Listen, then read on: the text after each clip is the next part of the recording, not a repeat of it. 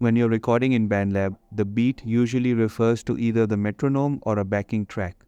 To hear it while you record, you first need to make sure the metronome is turned on.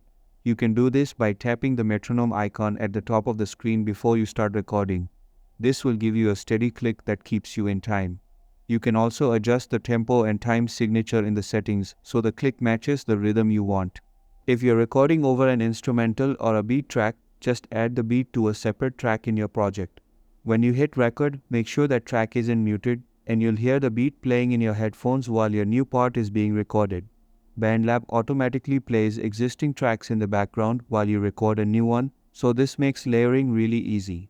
To avoid any issues, it's best to record with headphones or earbuds.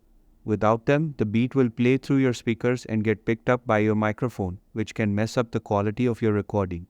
Using headphones ensures you hear the beat clearly, while your microphone only records your voice or instrument.